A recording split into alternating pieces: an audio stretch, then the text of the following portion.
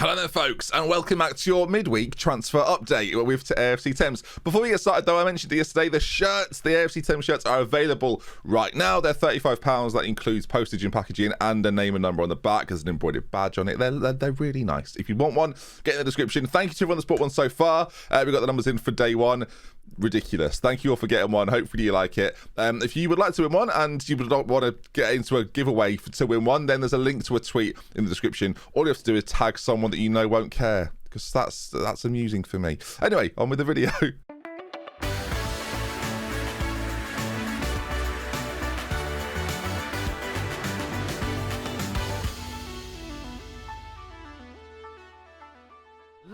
Hello, welcome back to a brand new season. We're at the very start of the season, but we won't be playing Tottenham today. We've got a very interesting start to the season, actually, with Tottenham, AC Milan, and Manchester United. You can see there as well, Chelsea not too far behind. Our early season fixtures, I'm going to say up until the end of October, are challenging. We're going to know a lot about ourselves in those fixtures, and then we have quite a soft November and the start of December as well. Equally, there's like a 7-game run there where hopefully we can put something together.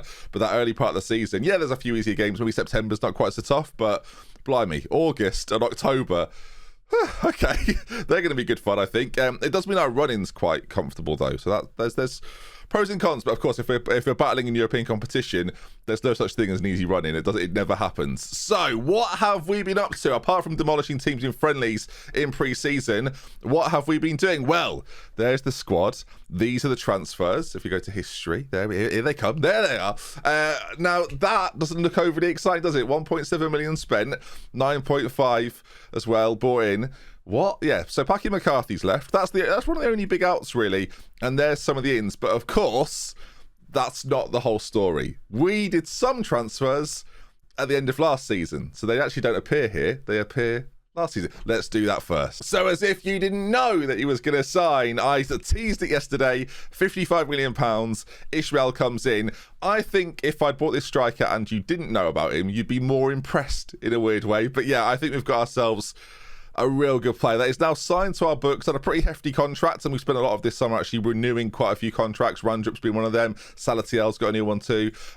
He was good last year. The league there performance doesn't look amazing, 13 in 22, but then you look at 27 in 35 in all comps and you go, actually, yeah, that's not that bad. So yeah, I think we've got ourselves a real player here. When he was at Madrid before, 3 starts, 7 goals. So he just strikes me as a goal scorer. And this year, it could be his year. Now he knows he's the main man. He is ahead of, well, who is he ahead of? I've bought another striker, but who is it? £12 million, rising to 14. Leon Ermentrout comes into the side then. £25.5 million is his value. But again, we bought him for half that. And with the record he's had for us over the seasons, how could we not? Last year, 13 goals from 19 starts, 21 from 31 starts. It's not too bad at all. After 4 loan spells, I've had situations before in saves where I've loaned a player for a long time and then never been able to buy them. The fact we got him this cheap, I am delighted with. Your classic backup striker. When you compare him to someone like Ishmael, they're very similar. Ishmael's just a slightly better version, although Ermentrout has slightly better vision. But yeah, you can see that Ishmael sort of just beats him in everything, apart from defending, which is, fine. So yeah, he comes in as well, and those are our 2 striking options, and that's where all of our money pretty much went. You can see there 55 million and 12 million, and we didn't bring any in at the end of last season. So it moves us on then to these boys here. There was 5 transfers made, and again, this is sort of a bit of an update before we have the Super Cup tomorrow. I might do the Super Cup and Manchester United or Tottenham in the Super Cup. I've not decided yet. So we've brought in 5 players. Again, the players have left that are not that surprising, really. And the only issue we have right now is that we have 18 foreign players, and those that have played FM this year, you'll know you can only have 17. So there might still be some manoeuvring needing to be done, but we'll talk about that in just a minute. The first player we've brought in then is Rolf Benga. Now, it's been a while since I signed a player because of their name, but Rolf Benga, welcome to the team. I should have signed an English player. That's the long and short of this. And there is a world where I don't register Rolf Benga, I loan him out and bring in an English defender if possible, because I've made an error basically for years, because again we've not got enough spaces. But yeah, Rolf Benga, 30-year-old German, doesn't look all that, but again is very much a backup defender. Was at Karlsruhe, for those that enjoy Glory Hunter. That'll be something you've not heard me say for a while. Karlsruhe, it's a great name. Only moves on free transfers as well. You love that. Ruben Reyes. Did we go straight to Ruben Reyes? Oh, come on then. This, my friends, is the best free transfer of the window. I don't care which team did it. It was me. We've signed the best free transfer of the window. 20 composure, amazing mental. See, so suddenly your attitudes have gone from, well, this is a boring transfer window, so bloody hell, we've got a world-class midfielder on our hands. And this is going to be part of our system change, really. Nearly 100 caps for Spain. Has recently been at Arsenal, having had moves from Real Madrid and at Dortmund, and has been doing like bits really for the Arsenal side. The Arsenal side that is pathetically bad. Like if we take a look at what Arsenal did last season, you can see they fell from 5th to 16th. Russell Martin's taken over as manager. You might remember last episode I mentioned that Van Dijk was interim manager. What's happened to Van Dijk? Let's just find out there. Virgil van Dijk. I'm a big fan. Yes, right, yeah. He's the assistant manager of Thames now. Welcome, Virgil van Dijk. Ben Harrison, thank you for your services, but I've got in a 52-year-old Dutchman that's bigger than me. So that's what we've done. But back to the main point then. Ruben Reyes comes in. He's basically Salatiel if Salatiel was better. And yeah, he's a bit more complete. But of course, the two of them should complement each other quite nicely. We've got a lot of games this year. Having another type of Salatiel-esque player makes sense to me. And this man, as you can see, bloody good. So welcome. Next up from Porto, we've got Mattias Elmer. Now, I'm really, really happy with this. If there's one thing we lacked last year, it was a natural winger to come on for Randrup in games where it wasn't quite clicking for him. 18 acceleration, 16 agility, great pace as well, good crossing and dribbling ability, good first touch and passing and saying, he's going to be a superstar, isn't he, really? The fact that Porto have loaned me him for 1.5 million for the season is a bit ridiculous, really, paying him 6.5k a week. I love him. I think he's going to be fantastic. I hope that we get a real good version of him. I hope he comes on and makes an impact, and maybe there could be a point, because of his pace and his crossing and dribbling ability, something that Randrup doesn't quite have. Like technically, I would say that Elmer's probably slightly better. If we just compare the two, I'm pretty certain on this, but we'll just double check for the sake of it. You can see there, Randrup really good there, but then technically it stands out just that little bit ahead. Maybe defensively a little bit more solid. Speed's exactly the same. Randrup's certainly the first choice player in this team, which is evident by just how good he is. But then again, having someone to come off the bench who can make an impact late in games, I think would be crucial. Also, there is a world where Randrup at times can go and play as a striker. So we've got sort of that third striker option and an extra winger to come in if needs be. So I'm pretty happy with that. I didn't sign this footballer. Sometimes my board just do stuff. So yeah, Apoku, welcome. I mean, you're nothing to do with me, but welcome aboard. And then this is the man that's kind of cocked things up a little bit. We've got him in from Atletico Madrid for the season. He's sort of a left-sided centre-back, but also quite good at left-back, sort of a defensive left-back. And other than Adelso, we don't really have a really good left-back. You might have seen there that Freygus is going to be loaned out somewhere. I don't think he's quite at the level yet. So I thought we'd have to get somebody else in. And then at that point realised, I've got too many foreign players and I shouldn't have signed. Basically, if we're going to be honest with ourselves, we shouldn't have signed Rolf Benga. We've made an error there, but it's got Ben in his name and Rolf, and it's just I made a mistake. If there's one thing to take away from this, it's the best free transfer in the summer window. So don't worry about it. So overall, that's how we're looking, and you're allowed to hate me. It's okay. I'm going to accept this now, as you're allowed to hate me. There's been a change of system.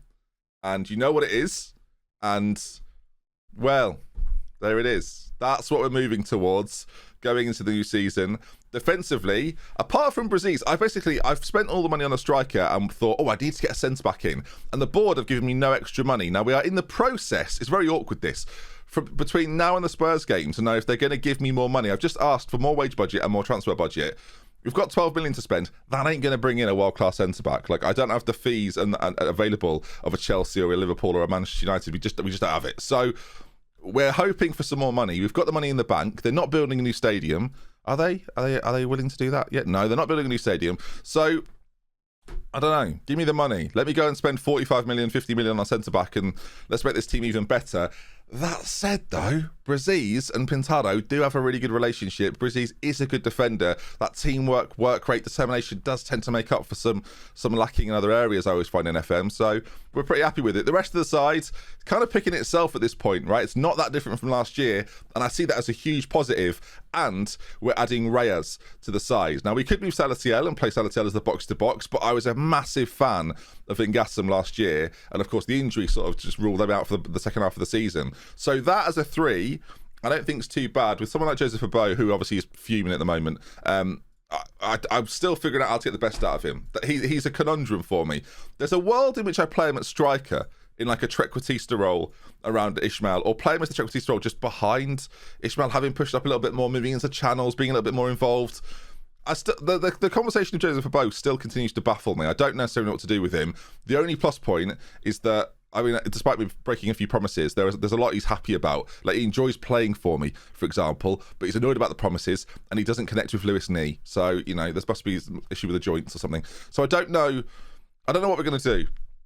I think we play him in that attacking midfield role. Like, a lot of people said I should move into the attacking Mazzala role. I'm actually dropping both Mazzala roles for this, because I think Reyes suits being sort of the dictator of everything in the centre of the football pitch, when I call him a dictator, and then having a runner next to him like Ingassam, I think works quite well. Despite his injury, still got really good stamina, still balance. Natural fitness has taken a bit of a hit because of the injury, but again, technically has got all the attributes: dribbling, first touch, it's all things you want from sort of an up and down player.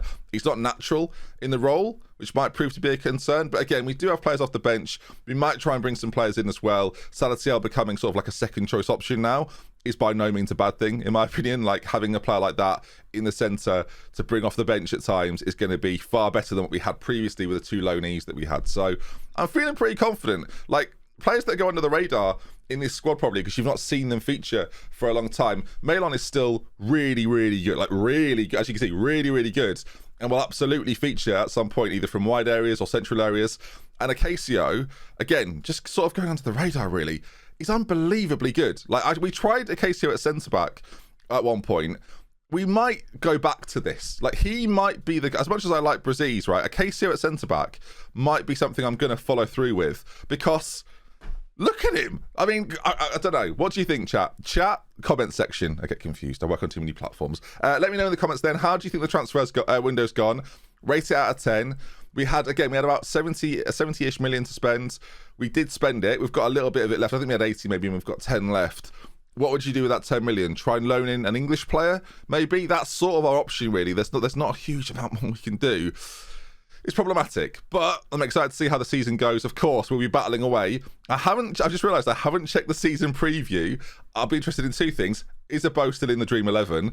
And are we lower than 10th? So the answers are 7th. Okay, so we're as good as Tottenham. We're around Arsenal and Thames, and even United, really. 20-1 is not that different from 13-1, really. And Abo, interestingly, they've put at striker, just as I mentioned it before. And Celia, who is a striker, is being put at right wing. He's one of the best players in the world. Him and Abo are probably the best 2 players in the league, I would say.